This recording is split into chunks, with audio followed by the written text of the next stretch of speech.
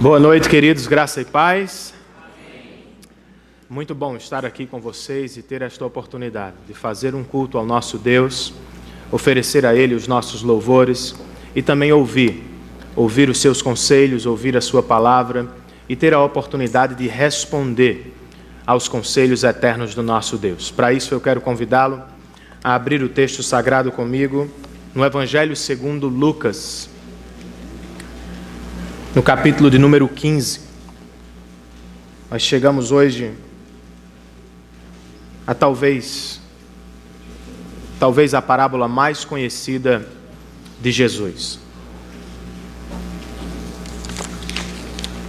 Você conhece alguém doente de santidade? Alguém enfermo de religiosidade? Meu cachorro Zacarias parece estar doente de santidade. Vez por outra, quando estamos fazendo o nosso culto, ele tem uma participação. A palavra de Deus diz que toda a criação deve louvar o nosso Deus. Amém, queridos? Amém. Até os animais. Mas este cachorro, em especial, ele gosta de participações especiais. Ele não gosta de participar apenas, ele precisa aparecer. E o que é que ele faz? Ele late. Ele late muito e muito alto. O que fez Bia, minha filha maior, pensar que ele é pentecostal. Ele gosta de barulho, especialmente, graças a Deus por isso, na hora do culto familiar. E ele não é apenas um cachorro que gosta de orar ou de participar da oração da nossa família. Ele é um cachorro culto. Ele literalmente come meus livros e recentemente tentou devorar minha Bíblia, o que lhe custou uma disciplina mais ou menos severa. O fato é que ele parece, de alguma maneira, doente de santidade, doente de religiosidade. Você conhece alguém assim? Você já se viu doente de santidade? O que será que quero com esta expressão, doente de santidade? Eu vou explicar por analogia. Já ouviu a palavra iatrogenia? Alguém aqui já ouviu essa palavra? Não se espante. Eu conheci esta palavra há 2 semanas. Também não conhecia este termo. Vem da medicina e significa ficar doente, ou patologia ou enfermidade que se origina no processo da cura. Você vai ao médico por uma doença e ele resolve a sua doença, mas no processo, talvez no hospital, ou quem sabe por algum medicamento, você acaba ficando doente outra vez, não com a mesma doença. No processo você é curado de uma e adquire outra doença. Não se espante, mas muitas vezes é o que acontece na igreja de Cristo. Pessoas vêm para ser curadas e acabam ficando doentes de religião, de santidade. O pastor presbiteriano e escritor Eugene Peterson cunhou um termo chamado eusebigenia. Ele juntou a palavra iatrogenia com a expressão grega eusebes, que significa santo, para descrever esta doença, a doença da santidade. Chegamos à igreja cheios de pecados e pouco a pouco o Senhor vai nos transformando em pessoas melhores. Assim esperamos. Mas às vezes não nos damos conta que a santificação é um processo e não um ato único.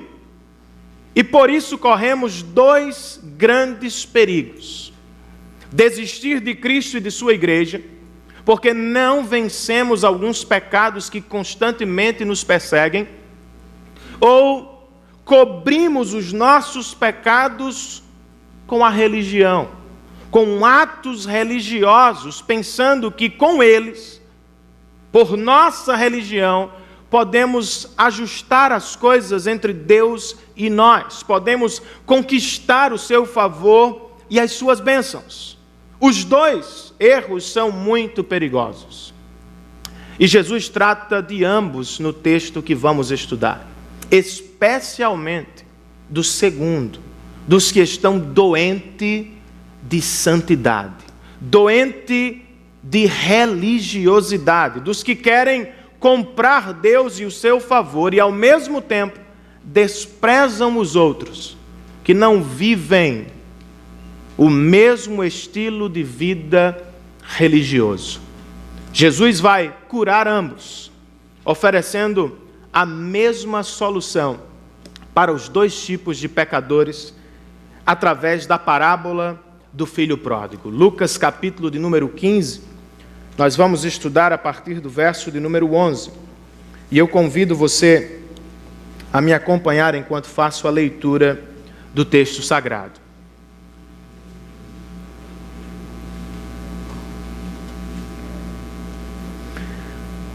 Diz o verso 11, Jesus continuou: um homem tinha 2 filhos. O mais novo disse ao seu pai: Pai, quero a minha parte da herança. Assim, ele repartiu sua propriedade entre eles. Não muito tempo depois, o filho mais novo reuniu tudo o que tinha e foi para uma região distante.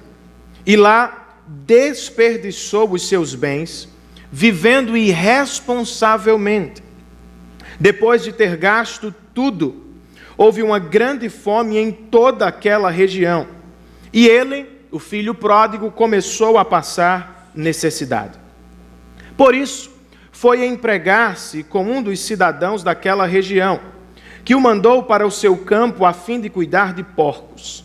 Ele desejava encher o estômago com as vagens de alfarrobeira que os porcos comiam, mas ninguém lhe dava nada. Caindo em si, ele disse: quantos empregados de meu pai têm comida de sobra, e eu aqui morrendo de fome? Eu me porei a caminho e voltarei para meu pai, e lhe direi: Pai, pequei contra o céu e contra ti. Não sou mais digno de ser chamado teu filho. Trata-me como um dos teus empregados. A seguir, levantou-se e foi para seu pai. Estando ainda longe, seu pai o viu e, cheio de compaixão, correu para seu filho e o abraçou e beijou. E o filho lhe disse: Pai, pequei contra o céu e contra ti. Não sou mais digno de ser chamado teu filho. Mas o pai disse aos seus servos: depressa, tragam a melhor roupa e vistam nele. Coloquem um anel em seu dedo e calçados em seus pés. Tragam um novilho gordo e matem-no. Vamos fazer uma festa e nos alegrar. Pois este meu filho estava morto e voltou à vida. Estava perdido e foi achado. E começaram a festejar o seu regresso. Enquanto isso, o filho mais velho estava no campo, trabalhando. Quando se aproximou da casa, ouviu a música e a dança. Então chamou um dos servos e perguntou-lhe o que estava acontecendo. E este lhe respondeu: seu irmão voltou, e seu pai matou o novilho gordo, porque o recebeu de volta são e salvo. O filho mais velho encheu-se de ira e não quis entrar. Então seu pai saiu e insistiu com ele. Mas ele respondeu ao seu pai: olha, todos esses anos tenho trabalhado como um escravo ao teu serviço e nunca desobedeci às tuas ordens. Mas tu nunca me deste nem um cabrito para festejar com os meus amigos. Mas quando volta para casa, esse teu filho, que esbanjou os teus bens com as prostitutas, matas o novilho gordo para ele. Disse o pai: meu filho, você está sempre comigo, e tudo que tenho é seu. Mas nós tínhamos que celebrar a volta deste seu irmão e alegrar-nos, porque ele estava morto e voltou à vida. Estava perdido e foi achado. Vamos orar, queridos? Senhor, nós queremos te dar graças por este domingo, primeiro dia da nossa semana, e porque nós a iniciamos na tua presença. Estamos aqui para te render graças por tudo o que o Senhor fez ao longo da última semana. E estamos aqui, Senhor, para louvar o teu nome por tudo o que tu és e por tudo o que tu fez por nós, na pessoa bendita de Cristo Jesus. Obrigado pelos louvores que a ti cantamos. Receba-os como aroma suave às tuas narinas, e que por graça e misericórdia o Senhor alcance o nosso coração através da tua palavra. Nós fomos ou somos filhos pródigos, irmãos do filho pródigo, e precisamos hoje e sempre, Senhor, ouvir o teu evangelho, pensar sobre o que o Senhor fez por nós na cruz do Calvário e responder de maneira apropriada. Cura-nos, ó Senhor, da doença da religiosidade, e não nos permita, ó Deus, olhar para os outros de cima para baixo, pensando que somos de alguma maneira melhores ou superiores. Ensina-nos o teu evangelho e transforma-nos segundo a imagem do teu Filho perfeito e amado pelo nosso coração, Jesus Cristo. É no nome dele que nós oramos. Amém e amém.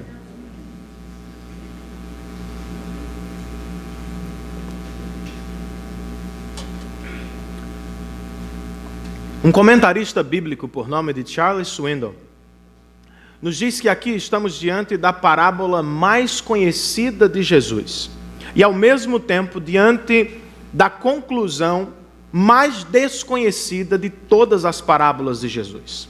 Nós conhecemos muito bem a história do filho pródigo, o filho que abandonou a casa do pai e que voltou à casa do pai.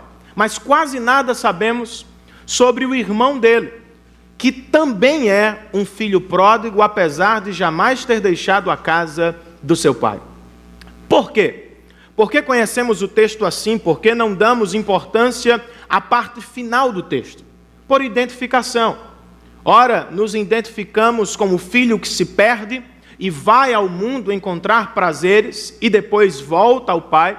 Ora, nos identificamos como o pai que recebe os filhos e que celebra a Deus por eles. Mas não queremos ter nenhuma semelhança com o irmão do filho pródigo. Não queremos ser o chato da história. Não queremos ser aquele que não celebra pelo retorno do irmão. Não queremos ser o que fica do lado de fora e não se alegra com a salvação dos pecadores. Mas se queremos entender a mensagem de Jesus, na última parábola do capítulo 15 de Lucas, nós precisamos prestar atenção à grande conclusão da parábola. Mais do que isso, não podemos deixar para trás o contexto que faz nascer a parábola. Ainda se lembram da semana passada? Para quem Jesus contou estas parábolas? Os 2 primeiros versos do capítulo 15 nos contam que Jesus está cercado por pecadores e por isso é criticado pelos religiosos. O texto diz que Jesus recebe e come com pecadores, enquanto isso, os religiosos os criticam ou o criticam por essa atitude. Por isso, por ver que os religiosos criticam sua atitude, Jesus conta as 3 parábolas do capítulo de número 15 de Lucas. Ele quer, com as parábolas, esclarecer sua missão, revelar seu coração, seu amor pelos perdidos e, ao mesmo tempo, quer desafiar os religiosos. Parem de reclamar e entrem na festa, celebrem comigo pela salvação dos pecadores. Quando percebemos o contexto das 3 parábolas e chegamos à conclusão da última parábola, percebemos então que a parte alta da parábola do filho pródigo é o irmão do filho pródigo. A parte central, ou a parte mais importante, a parte que deveria tocar profundamente o nosso coração, não é a primeira. O filho que se vai, o filho que volta, não é a segunda. O pai que recebe e celebra, mas é a terceira. o filho que nunca foi, que sempre esteve na casa do pai, sem jamais ter desfrutado do amor do pai. Porque ele era o retrato dos religiosos, sempre no templo, sempre com a Bíblia aberta, mas jamais em contato com o coração do Pai. É claro que Jesus não tem apenas os religiosos em mente, afinal ele está cercado por pecadores que precisam sentir o seu amor e por discípulos que precisam ser treinados. Sendo assim, com as 3 parábolas e especialmente com esta última, Jesus quer desafiar os religiosos, tocar os pecadores e treinar os seus discípulos. Como é que ele faz isso? Nos apresentando um Deus pródigo. Talvez você esteja pensando, não é blasfemo chamá-lo de pródigo? Não. Não, porque o adjetivo pródigo tem no mínimo 2 significados. Ele significa o que o filho mais novo deste pai faz. Ele gasta seus bens de maneira irresponsável. Isso significa ser pródigo. Mas há um segundo significado para o adjetivo. E ele descreve principalmente o coração e o caráter do pai. Pródigo também pode significar aquele que gasta, não irresponsavelmente, mas abundantemente.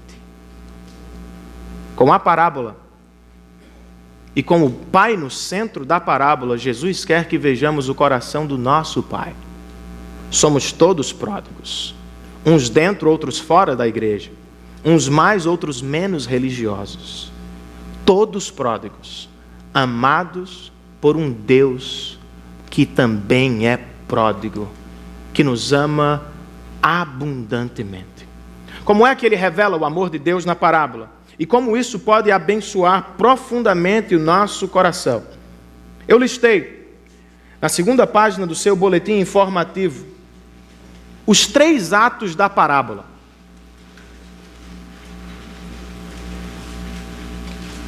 As 3 partes principais da parábola. Através delas, o Senhor nos revela o amor do Pai, o amor de Deus por pecadores pródigos. O primeiro ato, no primeiro ato, o Senhor nos apresenta um filho pródigo. Para nos revelar o amor de Deus, diz a divisão, Jesus nos apresenta um filho pródigo. Quem era o filho pródigo da parábola que Jesus contou aos religiosos?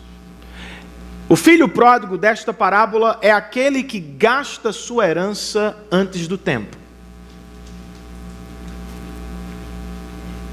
Ele vai ao seu pai e pede: Pai, eu quero a minha parte da herança. Isso pode parecer comum, mas na época de Jesus era uma grande afronta. Porque o filho pródigo estava dizendo ao seu pai uma de 2 coisas ou 2 coisas em uma. Pai, eu não consigo esperar a sua partida. Eu quero a minha parte dos seus bens agora. Outra coisa, eu não quero apenas a minha parte. Eu quero a minha parte para partir. Eu quero receber o que me é por direito. E depois eu quero abandonar a sua casa para construir a minha casa. São 2 pecados em um ato só. Ele deseja a morte do seu pai, ou ele diz: não quero a sua presença mais comigo, quero a minha parte, e ao mesmo tempo ele diz: não quero mais viver sob o seu teto. Sua casa já não me é satisfatória. Eu preciso construir a minha casa. E é o que Jesus nos diz que ele fez. Ele reúne tudo o que tinha. Seu pai teve que vender parte de sua propriedade. Deu a parte que lhe era por direito. Ele não usou de maneira inteligente, ele pegou sua parte, vendeu, somou tudo e saiu. Foi para uma terra distante. Por quê? Porque ele quer construir sua casa. E ele quer construir sua casa longe dos olhos do pai. O que significa dizer que ele quer abandonar a casa do pai e construir a sua? Ele quer fazer sua vida. Ele quer procurar por sua felicidade. Ele quer encontrar a satisfação. Ele acha que na casa do pai não terá alegria verdadeira. Então ele reúne tudo, vai ao mundão e começa a gastar de maneira irresponsável em busca de satisfação, em busca de alegria. Ele não quer apenas procurar a alegria, ele quer fazer isso longe dos olhos do pai. Não quer ser recriminado, não quer ser criticado, não quer ser julgado. Eu quero sair do país e lá naquele país eu quero viver do jeito que eu penso que tem que ser. E ele faz isso. Ele pega tudo e vai para uma terra distante viver a sua vida. A grande pergunta é: será que a sua escolha deu certo? Será que construir a sua casa, será que abandonar a casa do pai e construir a sua casa lhe ofereceu o que ele estava procurando na vida? Nós sabemos que não. O desenrolar do texto nos diz que não. Mas ele não recebe esta resposta imediatamente. Ele precisa de um processo. Deus às vezes trabalha dentro de um processo que vai se construindo até nos alcançar. É o que acontece aqui. Primeiro, ele gasta tudo. E então perde o caminho da satisfação momentânea. Ele não tem dinheiro, não pode mais comprar aquilo, não pode mais frequentar tal lugar, não pode mais ter todas as pessoas à sua volta. Diz o texto que providencialmente uma fome alcançou a região. Soberanamente Deus envia uma fome para a região e a fome o conduz à necessidade, e a necessidade o leva ao trabalho. E o que há de errado com o trabalho? Nada. Geralmente os pais ficam felizes com o primeiro emprego dos seus filhos. Não neste caso. Porque as necessidades o levam ao trabalho mais indigno aos olhos de um judeu. Ele vai trabalhar com porcos, animais que aos olhos dos judeus são impuros. E ele vai trabalhar para um senhor estrangeiro. Ele está trabalhando com o que o judeu jamais tocaria. E ele está trabalhando para um senhor estrangeiro. É como se ele estivesse no exílio outra vez, como se Israel estivesse ali representado. E aí você pensa, nada pode piorar a situação. Pode. Ele chega ao fundo do poço quando deseja comer a comida dos porcos. E ninguém lhe oferece nada. Foi só então, diz o Senhor Jesus na parábola, que ele caiu em si e se lembrou da casa do Pai. Foi só depois de gastar tudo, pecar e pecar, depois de viver necessidades e de trabalhar com empregos subhumanos, foi que ele caiu em si, percebeu que o seu coração era pródigo. Olhando para a lama dos porcos, talvez para a roupa suja, ele percebeu que o seu coração estava escuro e que havia pecado contra o Pai. Quando caiu em si, quando percebeu a sua perdição, o seu coração, ele resolveu duas coisas. Eu vou voltar à casa do Pai e eu vou construir um discurso de arrependimento. O que ele faz? Ele se coloca a caminho e ele começa a ajustar as palavras. O que vou dizer para o meu pai? Como é que eu vou tocar o seu coração? Como é que eu vou conquistar outra vez o seu coração? Veja que ele não foge da responsabilidade. Ele não diz foi a fome, ele não diz foi o dinheiro, ele não diz foi a amizade. Ele constrói o discurso de arrependimento dizendo: Pai, pequei contra os céus e pequei contra ti, fui eu. Me dá a oportunidade de viver nas tuas terras, não mais como um filho, apenas como um dos teus empregados. Até aqui tudo certo. Ele está a caminho da casa do Pai com um verdadeiro arrependimento. Será mesmo? Não está tudo certo, porque ele ainda quer comprar o Pai. Ele ainda quer barganhar com o Pai. Quando ele diz: eu não quero ser mais teu filho, ou eu não posso mais ser teu filho, me faz apenas um empregado, ele está dizendo: me dá a oportunidade de reparar o que eu fiz. Eu gastei 1/3 da tua propriedade, eu quero trabalhar para o Senhor a fim de construir tudo de novo e oferecer-te. Ele sabe que na casa do Pai há pão de sobra, mas ele ainda não sabe que também há graça de sobra. Ele sabe que o seu Pai vai recebê-lo, mas ele está pensando que precisa conquistar o seu acesso, mas ele vai descobrir que ninguém conquista o seu acesso à casa de Deus.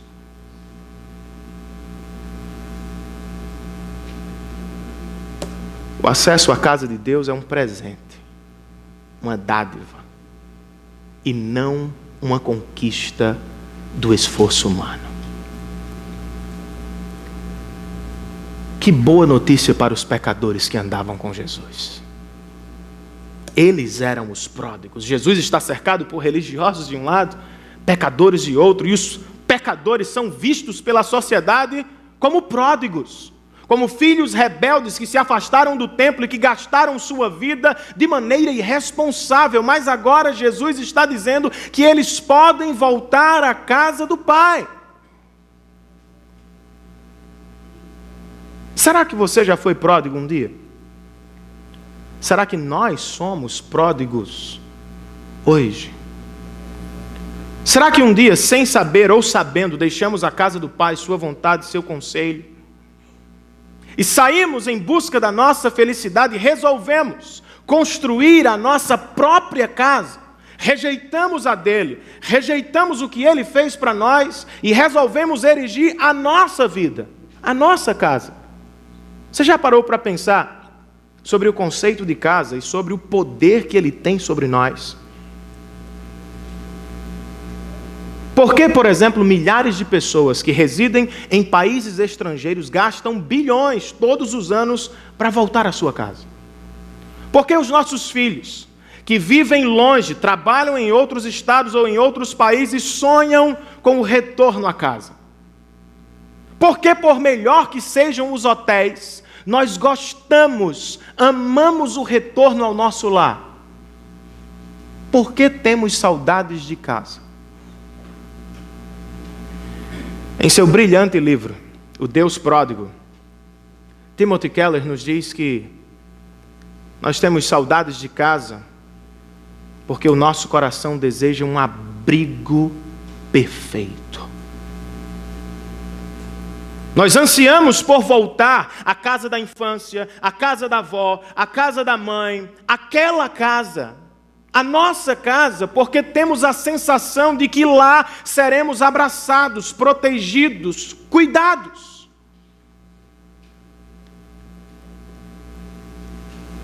Fazemos o mesmo com a nossa vida.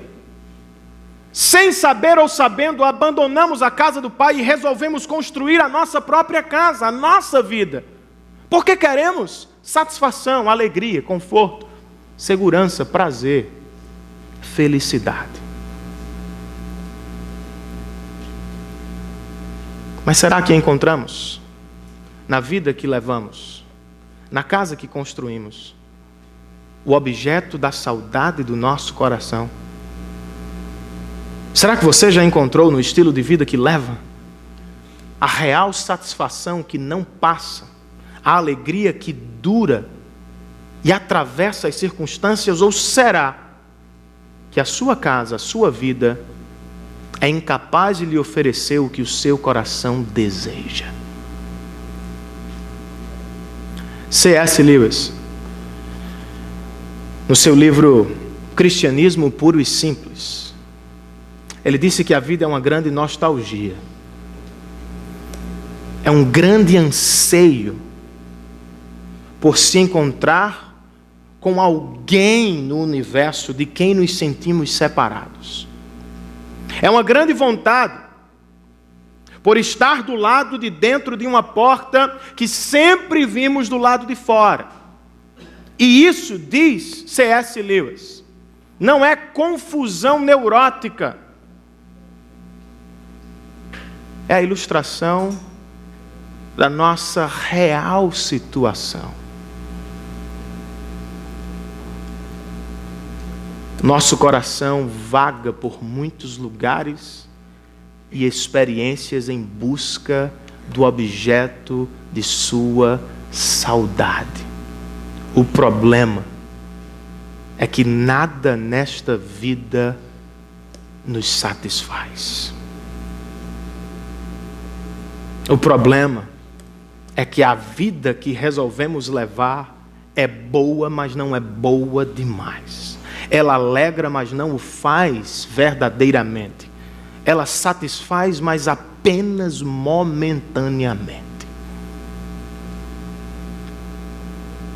Se a sua vida está assim, se você cansou das alegrias que não alegram, das ofertas que não preenchem o teu coração, de um estilo de vida que não realiza verdadeiramente, e se o teu coração tem saudades por algo mais,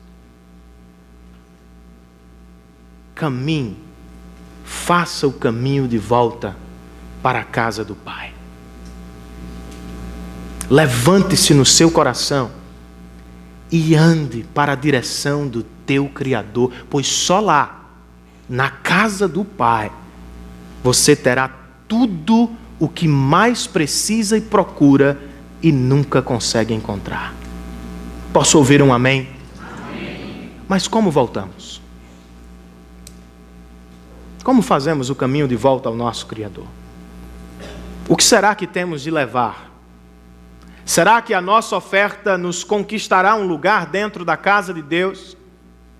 Ou será que o que temos não será suficiente? Será que Ele nos aceitará ao menos como um dos seus empregados? Não queremos tanto. Queremos apenas uma casinha pequena do lado de fora. Estaremos satisfeitos se estivermos dentro do seu terreno maior. O que precisamos fazer? Este é o grande problema da religião. Todas elas.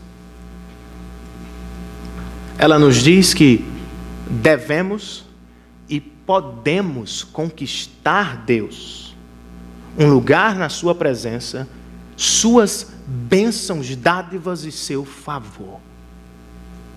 E aí nós vivemos freneticamente da mesma forma que vivíamos lá fora, em busca de encontrar a satisfação, a alegria, a aceitação, o prazer. Só que do lado de dentro da casa do Pai, fazendo isso, fazendo aquilo, ofertando esta quantia, se sacrificando aqui ou ali. E o cristianismo bíblico nos diz que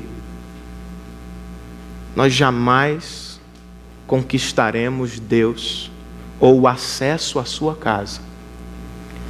E nós não precisamos tentar. Porque só há um caminho de volta ao Pai. E o seu nome é Jesus Cristo. É Ele quem nos leva de volta ao Pai. Eu não sei se você já percebeu, mas a história bíblica é cheia de relatos de exílios. Jacó, por exemplo, pecou contra seu pai e seu irmão, deixou sua casa e foi viver no exílio. Seu filho José foi enviado ao exílio por seus irmãos. Israel sucessivamente vai para exílios, onde é disciplinada por Deus. Quando Jesus chega, Israel está em sua casa, geograficamente falando, mas é dominada, está em exílio político, dentro da sua própria casa. Com essas muitas histórias, Deus nos fala sobre o nosso exílio. Abandonamos a casa do Pai. Tentamos construir a nossa casa e não temos como voltar. Foi por isso que Jesus veio, para nos levar de volta à casa do Pai, Ele mesmo sendo exilado. Primeiro Ele deixou a casa do Pai e veio habitar na nossa casa. Depois Ele abandonou a casa dos seus pais terrenos e viveu como um pregador itinerante por 3 anos e meio sem ter casa onde repousar sua cabeça. E por fim Ele foi exilado da casa de oração dos judeus em Jerusalém, porque o crucificaram para além dos muros da cidade. Mas nada se compara ao exílio que Jesus sentiu do Pai quando estava pendurado na cruz do Calvário. Os pregos não chegavam perto, a cruz não se aproximava. Quando ele gritou, meu Deus, por que me desamparastes? Ele estava dizendo, eu me sinto no exílio. Eu me sinto no lugar da punição, no lugar da disciplina. Como Israel muitas vezes, eu estou agora no exílio. E eu me pergunto, por que ele fez isso? Por que precisou deixar a casa do Pai e entrar na minha casa? Por que precisou deixar a casa do seu pai na terra para viver pregando entre povoados? Por que foi rejeitado pelos judeus, pregado a um madeiro e foi abandonado momentaneamente por seu pai? E a resposta que nós encontramos é a grande notícia das Escrituras. É o que nós chamamos de Evangelho. Ele deixou a casa do Pai para nos levar de volta à comunhão com Deus. Ele foi à cruz do Calvário e se sentiu abandonado pelo Pai, para que eu e você um dia pudéssemos nos sentir aceitos pelo Pai. Ele se sentiu momentaneamente rejeitado, para que eu e você um dia pudéssemos nos sentir abraçados pelo Pai. Ele foi alvo da justiça do Pai, a fim de nos oferecer perdão e graça. Seja quem for, esteja onde estiver. Se você está cansado das alegrias incompletas deste mundo, ou da religião que não realiza, se aproxime de Jesus Cristo, e você conhecerá o caminho de volta ao coração do Pai. Amém, queridos? O segundo ato desta parábola, o pai do filho pródigo, para nos revelar o amor de Deus, Jesus nos apresenta um pai pródigo. O filho pródigo está a caminho de casa e ele está montando o seu discurso. Como é que eu vou comprar meu pai? Como é que eu vou conquistar? Como é que eu vou tocar o seu coração? Ele elabora o discurso, ele pensa nas palavras e ele acerta em quase tudo, mas ele está para descobrir que o pai não quer desculpas. Porque, como eu falei antes, o adjetivo pródigo significa, sim, alguém que gasta irresponsavelmente sua vida, mas também significa alguém que ama abundantemente o outro. Este jovem está para descobrir que é amado por seu pai mais do que podia imaginar. O texto nos diz que, estando ele ainda longe, seu pai o viu e, cheio de compaixão, correu ao seu encontro, o abraçou e o beijou. Aqui nós temos muita riqueza espiritual. Primeiro, porque Jesus nos diz que o Pai o viu quando ele estava ainda longe. Se o filho pródigo pode ser apresentado por aquele que dá as costas ao Pai e vai viver a sua vida, o Pai pródigo é aquele que jamais se esquece do seu filho. É aquele que jamais deixa de esperar pelo seu retorno.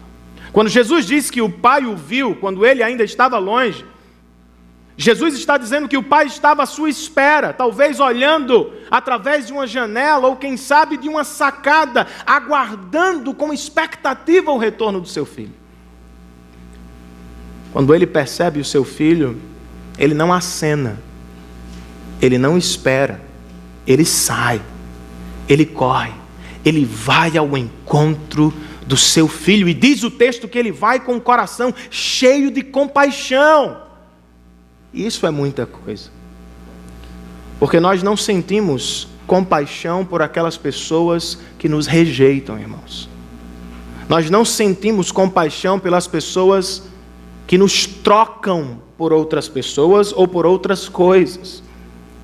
E Jesus aqui nos diz que o pai do filho pródigo corre ao seu encontro cheio de compaixão, ou seja, ele foi ferido certamente,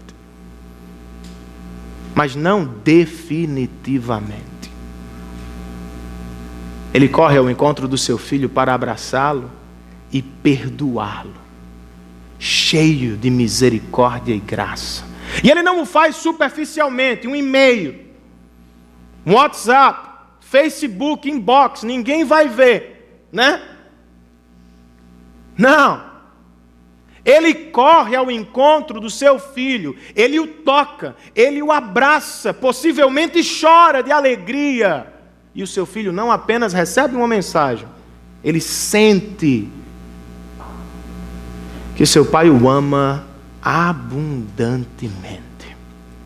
Ele não corre apenas para demonstrar seu perdão, ele corre também para proteger seu filho. Isso não está no texto, mas Kenneth Bailey, um comentarista bíblico que conhece profundamente a cultura judaica do primeiro século, nos informa que se este menino chegasse sozinho na comunidade, ele seria julgado e condenado pela comunidade à exclusão. Se ele chegasse sem a presença do pai, sem o abraço do pai, ele seria julgado em praça pública, e isso seria certo aos olhos deles. Ele passaria por uma cerimônia chamada Kezazá, a cerimônia do corte. As pessoas ficariam em sua volta, como espigas de milho, e quebrariam as espigas de milho enquanto gritavam: você está quebrado, excluído da nossa família. O pai então corre para perdoá-lo, mas o pai corre para protegê-lo da exclusão. E quando faz isso, sofre. Porque diz o texto que ele corre ao encontro do seu filho. E em Israel, no primeiro século, as crianças correm, os jovens correm, as mulheres correm, os anciãos jamais correm. Correr era levantar o vestido, era se sujar com a terra, era mostrar parte de sua perna, e isso para um Senhor era extremamente vergonhoso. Mas o pai está disposto a pagar o preço da humilhação para evitar a condenação do seu filho. Ainda abraçado, o filho tenta o seu discurso: pai, pequei contra o céu, pequei contra ti. Não quero ouvir. Chama os servos.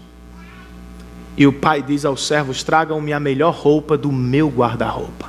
Joguem o meu manto sobre ele.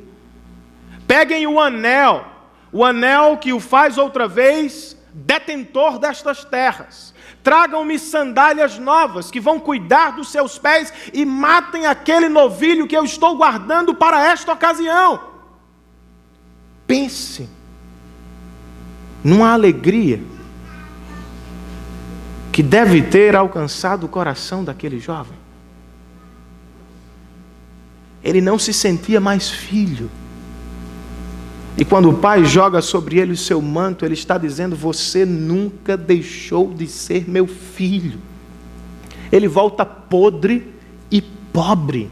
Quando recebe o anel do seu pai, ele está ouvindo com isso: você é rico, porque toda a minha terra te pertence outra vez. Quando alguém lhe dá as sandálias, o pai está dizendo: não se preocupe, você não será escravo na minha casa, você será meu filho. E quando ele fica sabendo que vão matar o melhor novilho da aldeia, ele não precisa ouvir do pai. Ele sabe que isso é um comunicado de amor. Eu estou disposto a gastar e gastar muito, porque você estava morto e voltou à vida. Estava perdido e, diz Jesus, foi achado por Deus. Vamos celebrar a sua salvação. Porque ele se humilha, porque ele corre, porque ele gasta, porque ele ama abundantemente. Grande notícia outra vez para os pecadores que caminhavam com Jesus. A religião dizia para eles: vocês são odiados por Deus. Vocês são excluídos da família de Deus porque vocês são sujos, pecadores, errados, vivem longe da casa do Pai. Estranha notícia para os religiosos. Como é a história? Os pecadores podem ser aceitos, recebidos, sem oferta alguma, sem nada para oferecer. E o nosso trabalho, e a nossa religião, e o que fazemos para Deus? Os pecadores são surpreendidos, mas se alegram com o Evangelho. Os religiosos compreendem, mas se irritam, porque gostam de conquistar o seu acesso à presença de Deus. Você acredita no amor de Deus por sua vida? Não, de verdade, olhando para quem você é, para quem você foi ao longo desta semana, você acredita que Deus o ama, apesar dos seus erros, dos seus fracassos, dos seus pecados? Outro dia um jovem chegou para mim e disse: pastor, eu não sinto o amor de Deus. Eu não sei se Deus me ama. E eu comecei a falar para ele sobre o Evangelho, mas de repente ele me interrompia e dizia: e os meus pecados? E os meus desvios? E a minha indiferença? E a frieza espiritual que vez por outra toma conta do meu coração? Será que Ele pode me amar? Eu sou um pecador. O que fazemos quando o nosso coração duvida do amor de Deus? Quando a nossa religião nos diz: vocês não são amados por Deus. O que fazemos quando os nossos atos nos dizem: vocês não são amados por Deus? Nós devemos fazer o que fazemos aqui todo domingo. E é por isso que você deve procurar uma igreja bíblica, verdadeiramente evangélica, que apresenta todo domingo o mesmo Evangelho. Quando duvidamos do amor de Deus, nós precisamos ser lembrados do Evangelho. Precisamos ouvir outra vez a mesma história, e a mesma história, e a mesma história.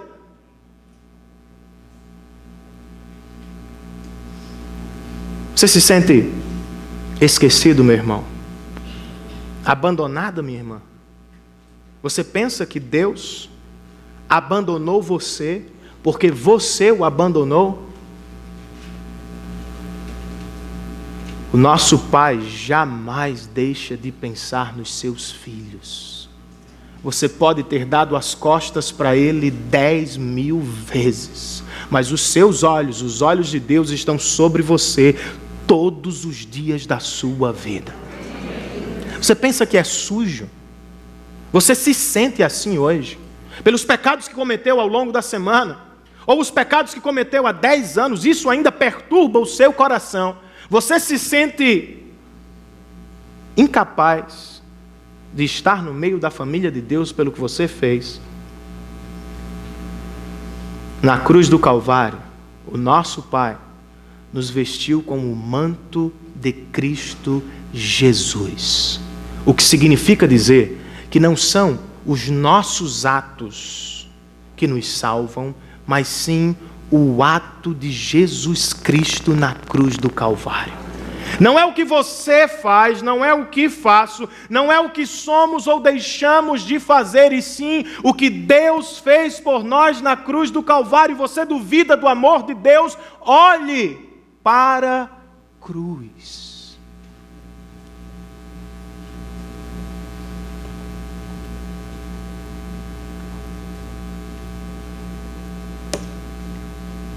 Como o pai do filho pródigo, Jesus correu ao nosso encontro quando foi pendurado na cruz do Calvário. Não para nos proteger de uma exclusão social. Isso acontece com cristãos ao redor do mundo. Ele correu para nos proteger da condenação eterna, exclusão eterna da casa de Deus. E como foi que ele fez isso? Passando ele mesmo pela cerimônia do Quesazar, sendo ele mesmo ferido, partido, machucado por mim e por você. Na cruz do Calvário, ele foi partido de cima a baixo pela justiça de Deus, porque é isso o que um Deus justo faz. Mas quando recebeu a justiça de Deus, ele estava se lançando sobre os seus filhos, e em vez de justiça, ele nos deu o perdão do Pai. Quando foi ferido na cruz do Calvário, ele não foi ferido, como dizem alguns, para curar todas as nossas enfermidades, porque estas passam. Ele foi ferido para nos livrar da ferida eterna da satisfação ou da condenação de Deus. Ele foi partido, meu irmão, para que você e eu fôssemos unidos ao nosso Pai. Louvemos a Deus pelo seu Evangelho. Há uma outra aplicação aqui neste ato de número 2 que eu acho que se destina aos pais de filhos pródigos. Você tem filhos pródigos? Filhos que estão distantes, filhos que estão longe, filhos que fazem o que você não aprova e que com seus atos não alegram o seu coração. Como é que nós devemos tratá-los? Como o pai pródigo tratou seu filho. Não devemos rejeitá-los, e sim amá-los. Não devemos condená-los, e sim abraçá-los. Não devemos desistir deles. Devemos esperar com paciência e expectativa santa pelo trabalho de Deus em seus corações. Talvez a parte mais difícil seja a espera. Porque você não sabe quanto tempo vai esperar, ou por que deve esperar tanto. E aí, eu quero citar um texto do autor que eu citei no início da mensagem, Eugene Peterson, A Linguagem de Deus. Ele fala sobre a espera que muitas vezes nós enfrentamos. E ele diz o seguinte: a espera pede um intervalo. Põe-nos na reserva por um tempo, de modo que não atrapalhemos operações essenciais do reino de Deus, que nem sabemos mesmo que estejam ocorrendo. Não fazer nada implica um meio de isolar o meu ego. minha compreensão ainda imatura da maneira em que Deus trabalha abrangentemente, mas sem forçar seu caminho, sem coerções. O freio da passividade dá lugar às calmas e invisíveis complexidades características do Espírito Santo, enquanto Ele realiza sua obra em nós, na igreja e no mundo pelo qual Cristo morreu. Se você está no banco de reservas, se sente que está na passividade, se não há nada que você pode fazer pelo seu filho, descanse nos braços daquele que sempre está trabalhando, como cantamos, para o bem daqueles que amam a Deus. No seu tempo e ao seu modo, Ele nos trará os filhos que também são seus, para a glória dEle e para a alegria do nosso coração. Amém, queridos? Amém. E por fim, chegamos ao último ato da parábola, final do capítulo de número 15.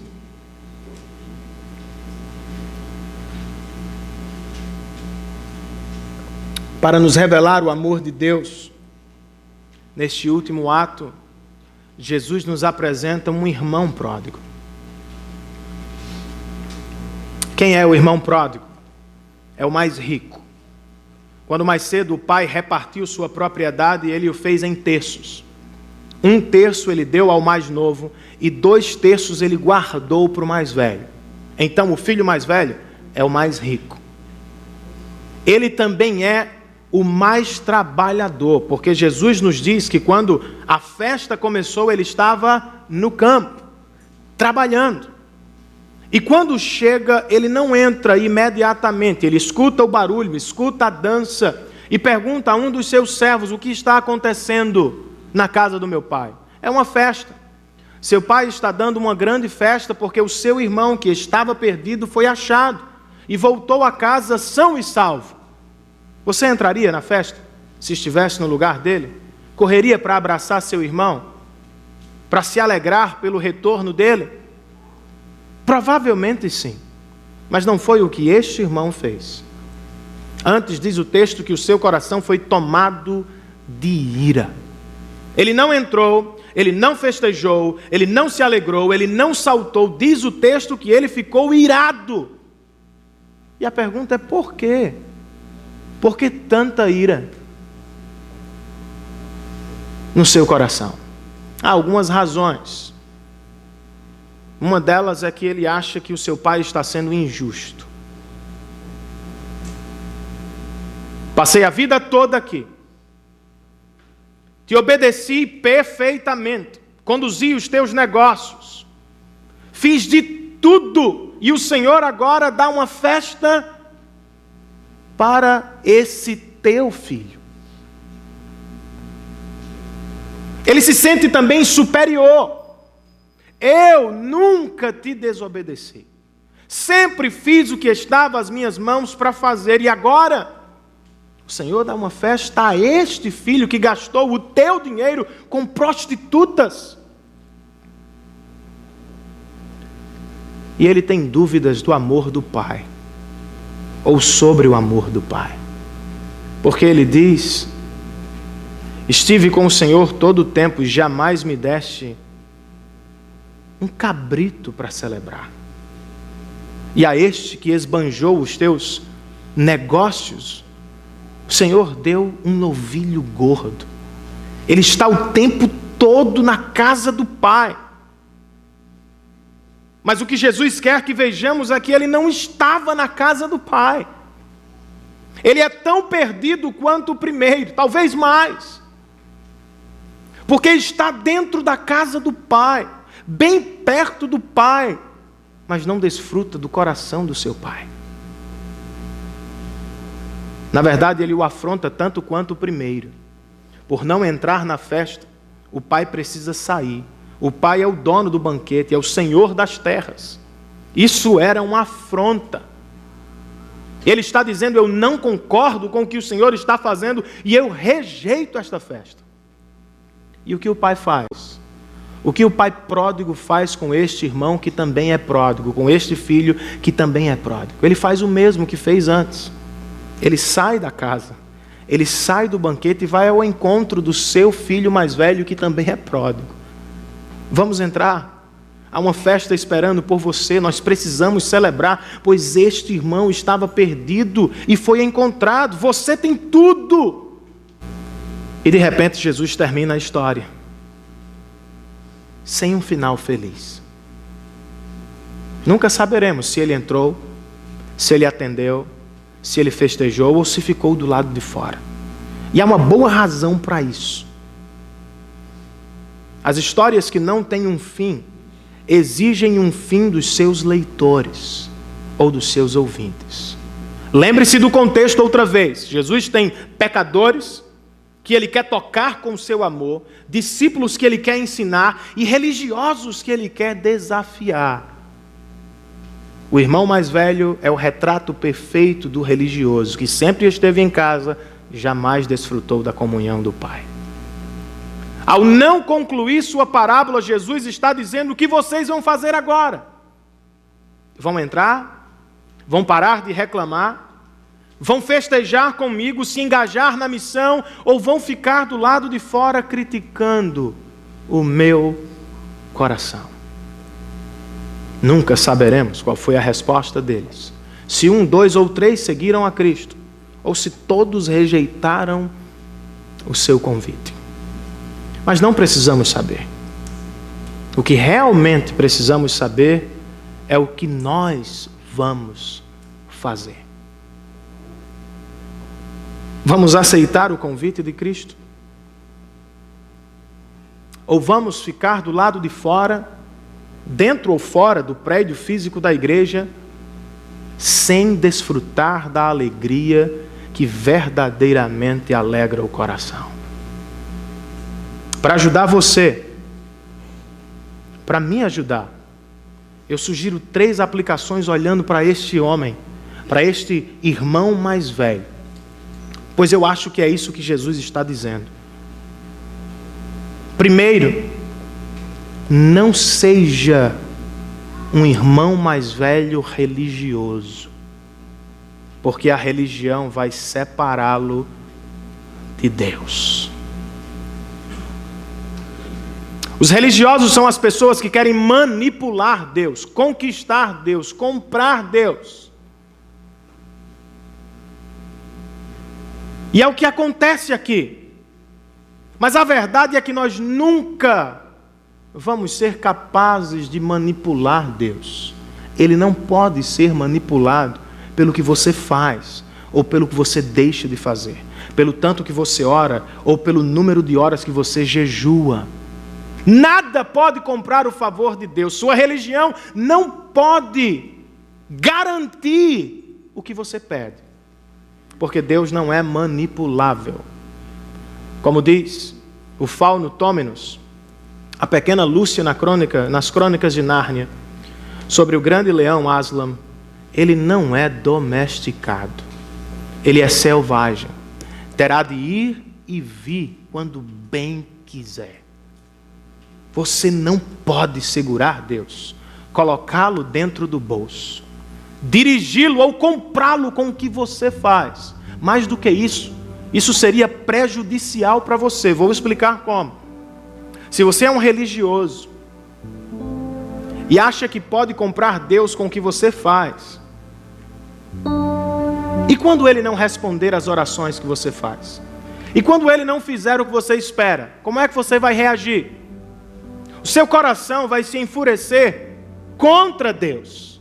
Como pode? Eu faço tudo certo e Ele não me dá o que quero.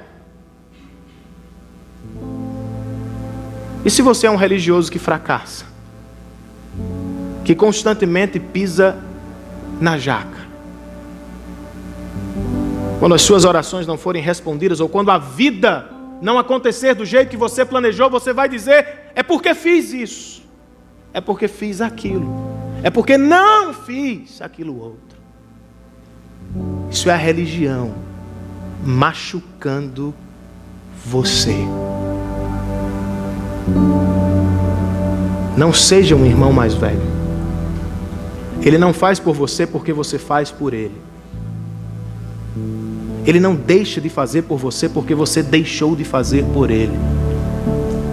O Evangelho não é a boa notícia do homem para Deus, mas a boa notícia de Deus para o homem. Não é uma boa notícia sobre o que o homem pode fazer por Deus. É a grande notícia do que Deus já fez por nós na cruz do Calvário. Ponto final, irmãos. Deus não nos amará amanhã porque acertaremos. E Ele não deixará de nos amar porque erraremos. Ele nos ama hoje, como sempre nos amou. E Ele nos amará amanhã, como nos ama agora. Hoje e sempre, o seu amor, como cantamos, não falha. Segunda aplicação: não seja esse irmão mais velho religioso. Gaste o seu tempo, gaste o seu domingo, gaste o seu culto, invista a sua vida em conhecer o verdadeiro irmão mais velho, que se chama Jesus Cristo.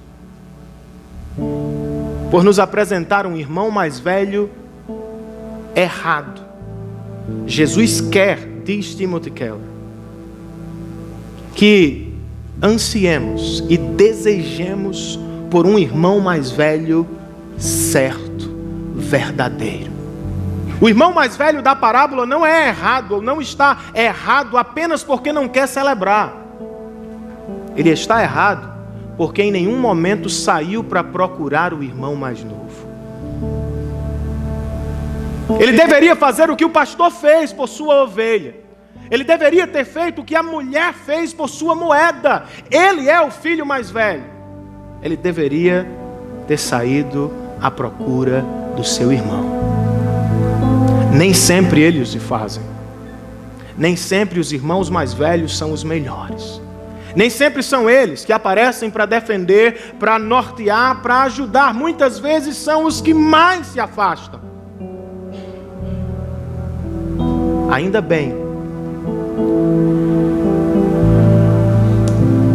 que, embora vivendo no mundo de irmãos imperfeitos, nós temos um verdadeiro irmão que não saiu de uma cidade para outra, mas deixou um mundo para o outro, que não pagou apenas uma pequena quantia para nos resgatar da escravidão dos porcos, pagou uma alta quantia, entregou sua própria vida no altar do Calvário para nos levar de volta à casa do Pai.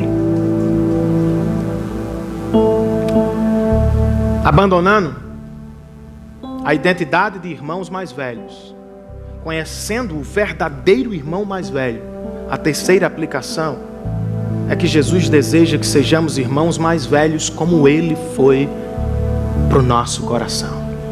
Essa é a grande mensagem da parábola. Religiosos, não critiquem os pecadores, não os empurrem para longe, não os rejeitem, sejam para eles o que eu estou sendo para vocês.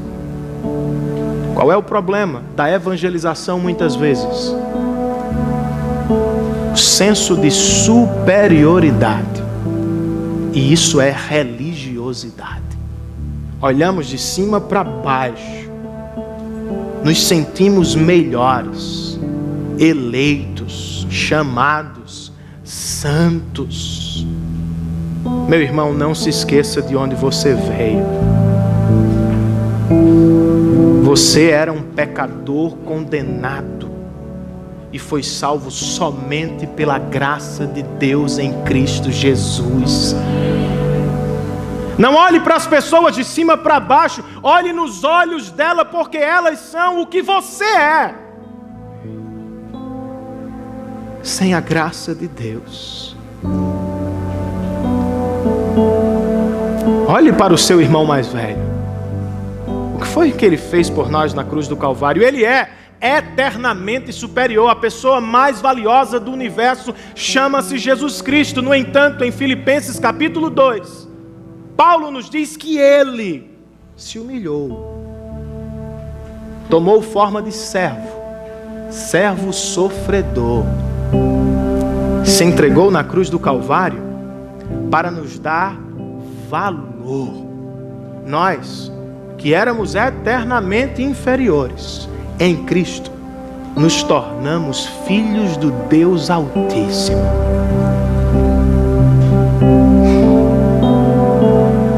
As pessoas precisam do Evangelho, tanto quanto você.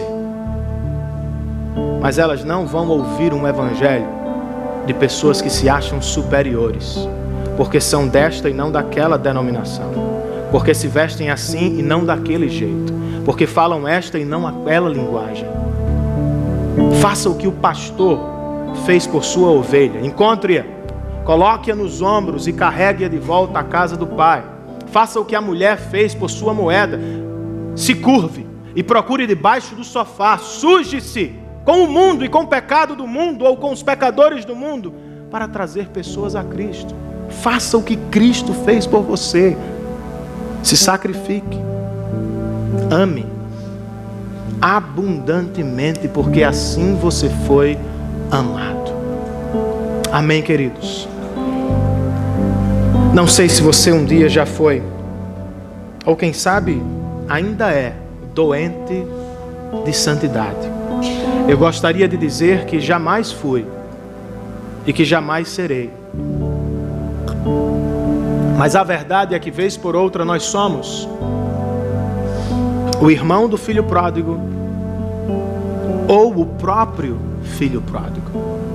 A religião tem essa capacidade de nos fazer correr para longe de Deus em busca de realizações ou alegrias incompletas, ou tem o poder de nos fazer ficar na casa de Deus, mas longe do Pai. Se você está doente, se você se acha enfermo, carrega traumas com a religião, com lugares e pessoas por onde você passou, volte-se para Cristo. Ele é o médico que jamais falha. A parábola termina sem fim, porque ela quer o seu fim. Você entrará para participar da dança da Trindade Santa, para se alegrar com os céus, ou você ficará do lado de fora a vida toda reclamando dos pecadores, dos religiosos, da igreja, do pastor, de fulano, de beltrano, perdendo o tempo e gastando a vida de maneira irresponsável. A verdade é que não podemos entrar sem que Ele entre em nossa vida. Certo avô acordou bem cedo com muita vontade de brincar com seu neto. Se trocou e foi à casa do seu neto apenas para descobrir que o menino estava de castigo dentro do cercado. Quando se aproximou para tirá-lo, sua filha disse: pai, hoje não. Até meio-dia ele está de castigo e ninguém vai tirá-lo daí. E o Senhor pensou rapidamente: o que posso fazer? Não vou passar por cima da palavra dela, mas o meu coração anseia por brincar com o meu netinho. Sabe o que ele fez? Ele pulou a cerca, entrou no cercado e passou a manhã inteira brincando com o seu netinho. Quando deu o horário certo, marcado, ele saiu com ele nos braços. Eu e você estávamos atolados. Quem sabe ainda estamos atolados em muitos pecados que nos colocam de castigo. Mas este Deus é tão pródigo que Ele deixou o trono da glória, habitou este mundo manchado pelo pecado, foi ao castigo conosco e por nós, a fim de nos arrancar de lá com um braço forte e nos levar à casa do Pai. Não resista a este Deus que saltou para dentro do seu mundo, a fim de levá-lo para o seu. Fiquemos de pé na presença do Senhor.